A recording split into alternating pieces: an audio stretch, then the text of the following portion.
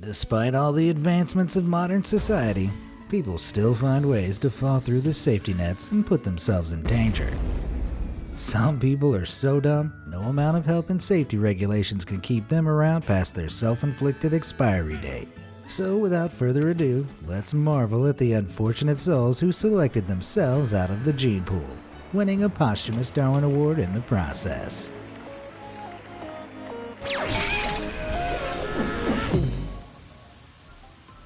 Geocaching out. For those with a love for the activity, geocaching is a great way to get outdoors and put their exploration skills to the test. The rules are simple.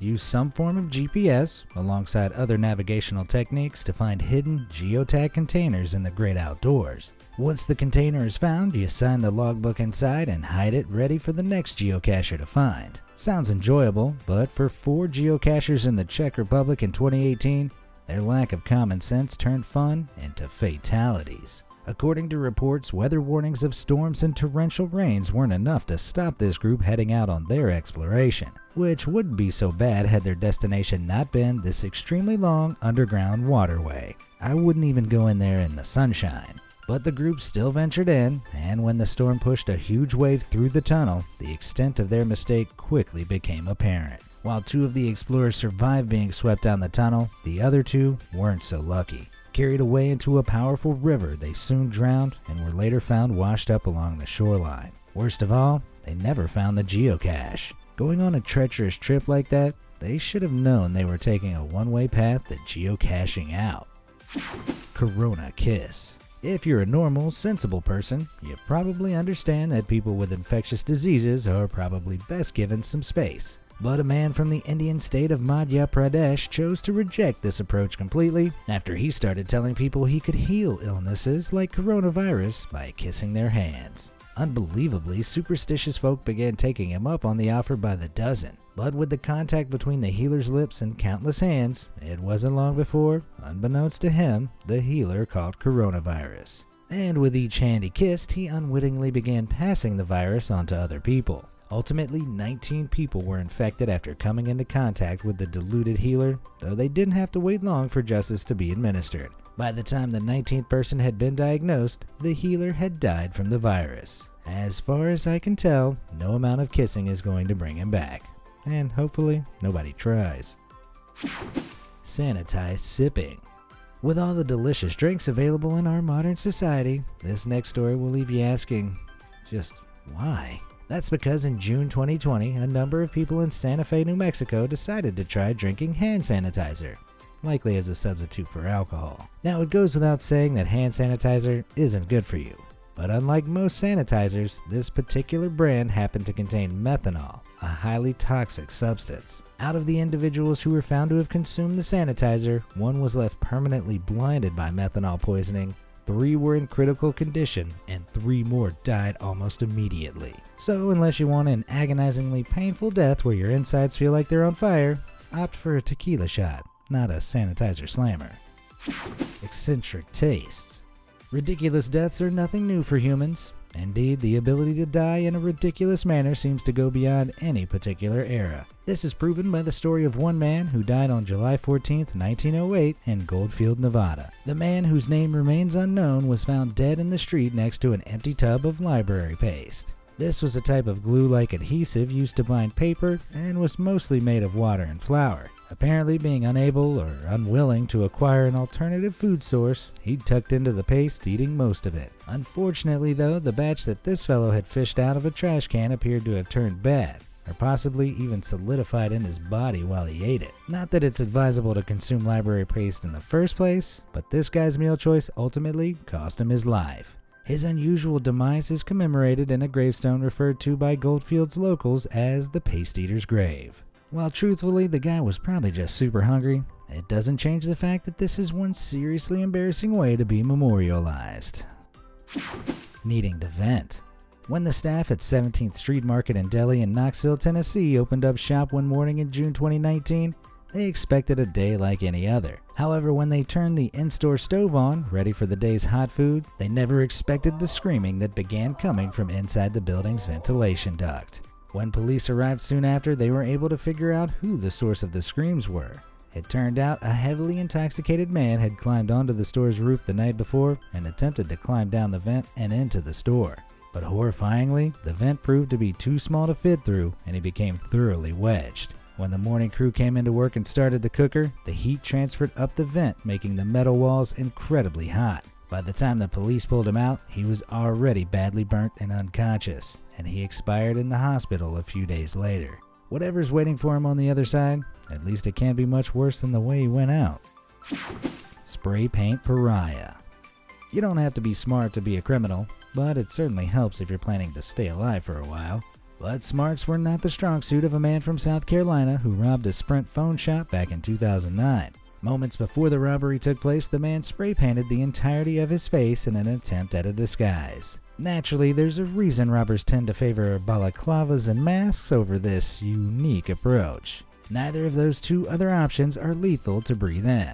And while the burglary itself went off without a hitch, the spray-painted robber began having trouble breathing once it was over. Before long, he was dead, having been choked out by the noxious paint fumes. You'd think it'd be obvious, but if you're getting your robbery fashion tips from this guy, you're asking for trouble. Final trick. If you ever find yourself inclined to make the claim that you're immortal, you should think twice before attempting to prove it. If you don't, you might end up like one psychic medium from Chiang Mai, Thailand. His downfall came during an attempt to carry out so-called proof that he couldn't be killed by plunging a sword into his chest. Now, it transpired that he'd performed this supposedly supernatural feat a number of times before and had made it out alive. But that was only because he was actually a big phony and used swords that were designed to break on impact, making it appear like his skin couldn't be pierced. But when he tried the trick again in April 2017, the weapon failed to break and instead penetrated straight into his chest. Unsurprisingly, the human body doesn't tend to appreciate that sort of thing, and he died shortly after in the hospital, making both his fakery and stupidity public all at once. But at least he didn't have to face the embarrassment, I guess. Fashion no-no. Now, it should obviously be commonly accepted that women can wear whatever makes them feel good. But for one Taiwanese woman in 2019, a slightly more practical outfit would undoubtedly have led to a different outcome than the one she met. Known online as the Bikini Hiker, the 36-year-old made a name for herself hiking mountains around Taiwan wearing only bikinis. While their outfits may have been great for the beach, they don't offer the protection of standard climbing clothes, something the Bikini Hiker learned the hard way on several occasions. But the grazes to her legs she sustained after a tumble in 2018 were nothing compared to the fall she took in January the next year. Hiking alone in Yushan National Park in the snowy coldness of winter, she fell down a ravine and was unable to climb out. She called for help on her satellite phone, but poor weather caused delays in the rescue, and by the time help arrived, she was frozen to death. It goes to show, if you want to get online attention, try to avoid doing something with a high risk of becoming a human ice cube, unless you're the real ice cube, of course. No stealing. When some people leave this mortal coil, they leave behind a mystery so bizarre, it truly does seem stranger than fiction. Like when a resident of Calhoun County, Alabama, spotted a skull in their front yard in 2019. Initially, it was unclear where it had come from, until a burnt to a crisp headless body was found at the bottom of a utility pole, badly decomposed, a fifth of a mile away. Though initially baffled, the police soon put the puzzle pieces together, revealing the utterly crazy truth.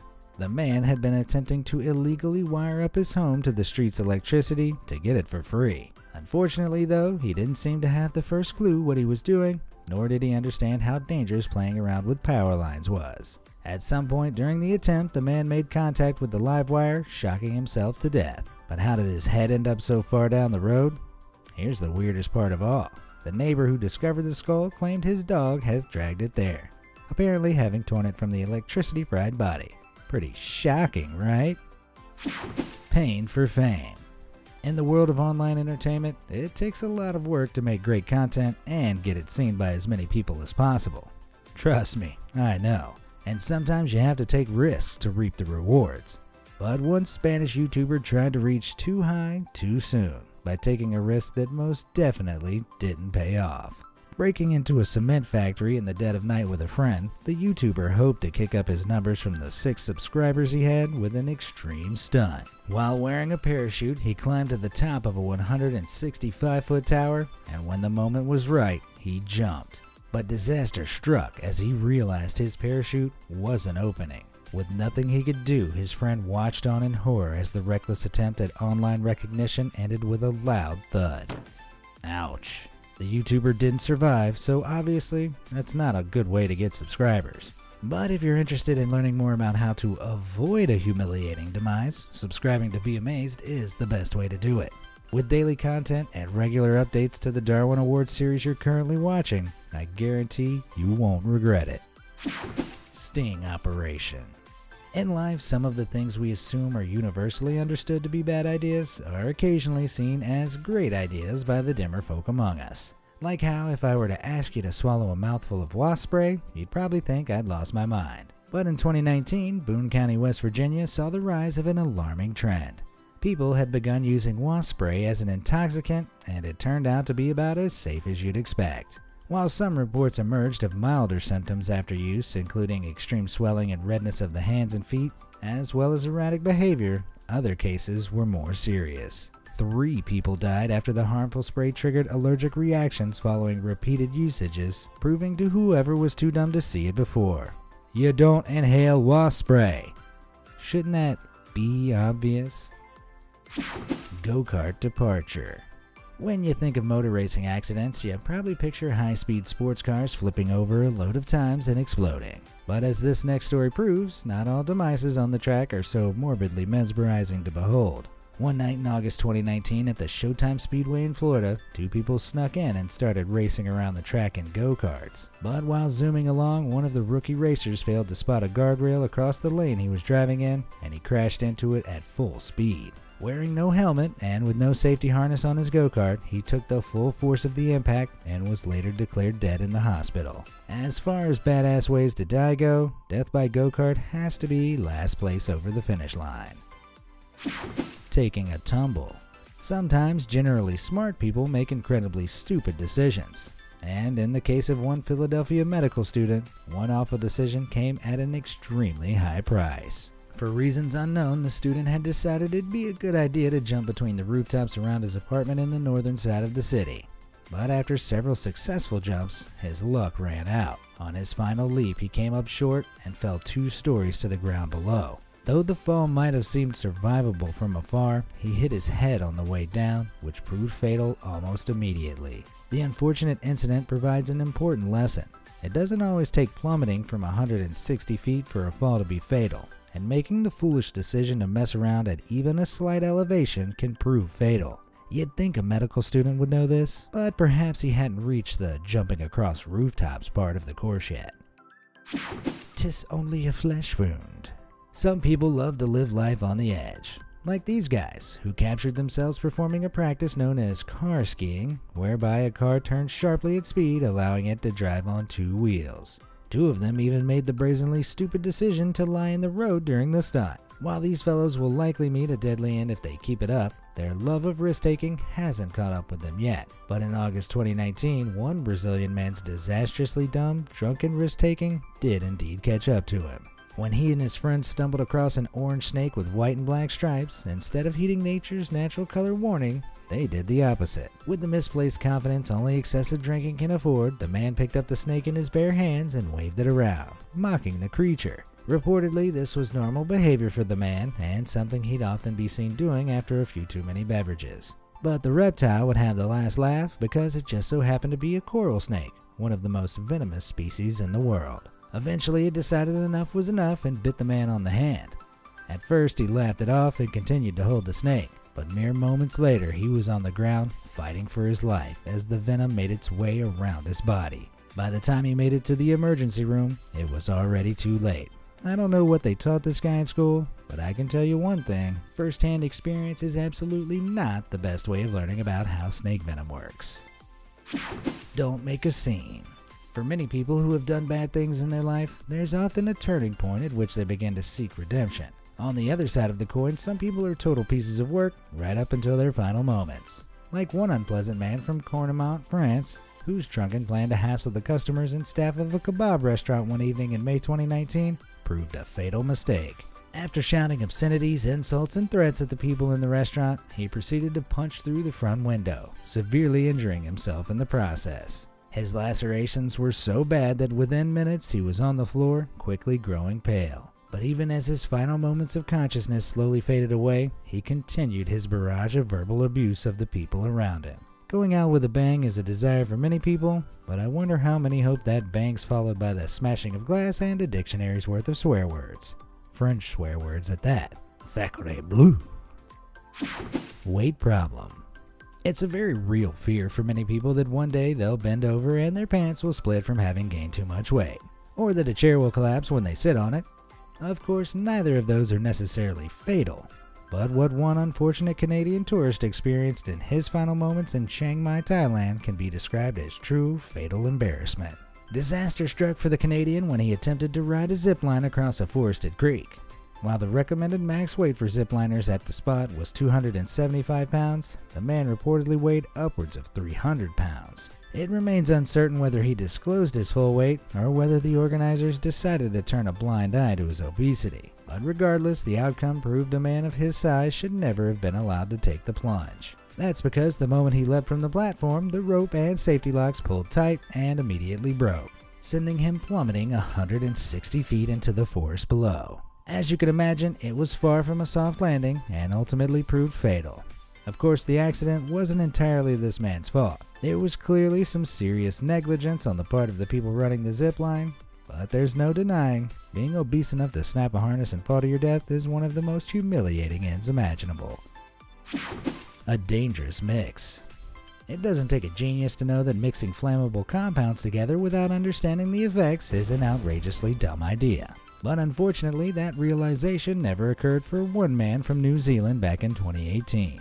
In an attempt to improve the efficiency of his metal welding setup, the man decided to try his hand at a little chemistry. Modifying a gas container, he attempted to mix oxygen with acetylene, a highly flammable gas. Usually, these two are kept in separate containers, though of course that doesn't keep them completely safe when there are fate tempters like this around. But in the case of the New Zealand welder, his DIY redesigned container meant that the usual measures for controlling gas flow and stopping too much oxygen being added were absent. This meant that when he attached a welding torch to the container and sparked her up, boom! In a flash, the shed he'd been working in was flattened to the ground and he was killed in the explosion. Rule number 1 of explosive compounds? Don't use them as your personal chemistry experiment. Questionable cure. If someone commanded you to guzzle down a mouthful of bleach, you'd probably throw it right back in their face. But unfortunately, religion can make people do some crazy things in the name of faith, as demonstrated by a disturbingly stupid event that occurred in Zambia in 2019. At a particularly faith-focused church, the congregants gathered one April day for what they assumed would be a normal service. But soon their clergyman, who referred to himself as a prophet of God, proposed a new way of purging his congregation of their demons. Insisting it would be an act of faith, he commanded his followers to drink from a bottle of bleach. And with the pressure of their faith overpowering any senses of reason or self-preservation, an alarming number of the congregants drank up right on command.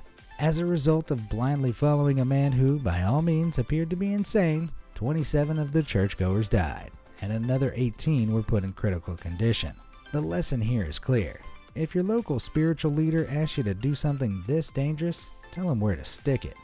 Call the police and find yourself a new way to worship that doesn't involve guzzling cleaning products. Angle grinder investigation. If on your travels you found a metal object that looked kinda like a bomb, you'd probably get as far away from it as possible, right? Well, when one man from the Polva municipality of Estonia stumbled across an old rusted cylinder that looked remarkably like an artillery shell, he failed to make the connection. Instead, his curiosity was piqued, and he nonchalantly picked the object up and took it home for investigation. But rather than taking the utmost care to avoid triggering the thing, his seemingly total unawareness of what it might be led him to a much more invasive approach. Firing up his angle grinder, the man set to work on cutting the thing open to see what was inside. But seeing as the object was indeed a bomb from a war of the past, the inside became the outside very quickly, because it exploded, killing the man. The phrase "curiosity killed the cat" comes to mind, though I don't imagine the person who coined that phrase envisioned the cat being killed in the fiery explosion. But then again, cats don't tend to make the supremely bad decision to cut open bombs with angle grinders. That kind of stupidity is reserved solely for us humans. Have you encountered any tales of people removing themselves from the gene pool in spectacularly stupid ways? Let me know in the comments section below, or hit me up via email at stories@beamazed.com for a chance to be featured with a shout out in a future episode. And as always, thanks for watching, and stay safe out there.